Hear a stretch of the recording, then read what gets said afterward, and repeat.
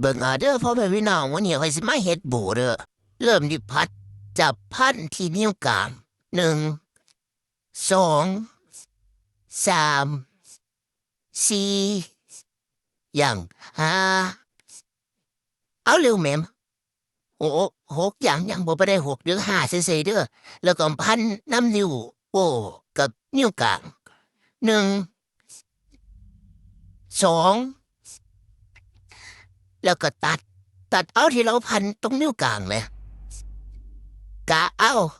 เออแล้วก็ตัดกูซ่าแท้ตัวเร็วเออแล้วก็ใส่ตรงกลางตรงนี้เด้อแล้วก็ดึงใส่ลงมาแล้วก็เห็นรูบ่เห็นรูมันมีบ่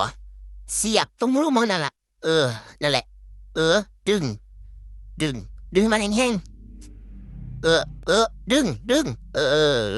นั่นแหละดึงไปแล้วก็เอาออกจากนิ้วกลางคือบอกเห็นแบบ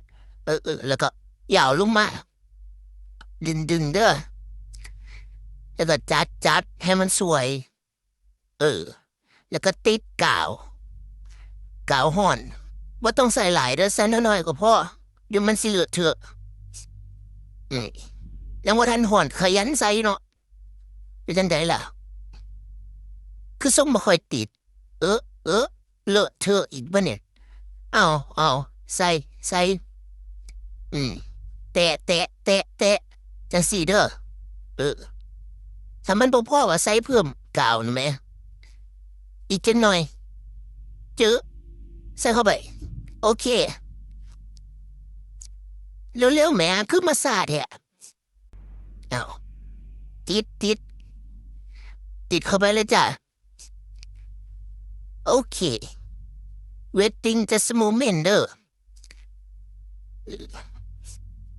แล้วก็มาเฮ็ดอีกครั้งหนึ่งเด้อใส่ไปกาวห่อนพอดีใส่ก็บ่ต้องหลายเฮ็ดไปบ่ฮ้อนหรอกมือสั่นแล้วบ่ฮ้อนอีหลีมือสั่นแล้วไปแตะเป็นอันเรียบร้อยแล้วโบเฮาเหลือแต่ตัดสายข้างล่างเนาะมันบ่พอกันก็ตัดจับจังสี่ตัดเรียบร้อยเสร็จแล้วค่ะเอาไปเฮ็ดตามเด้อผู้ใดสนใจลิปปิ้นเด้อพิกัดด้านล่าง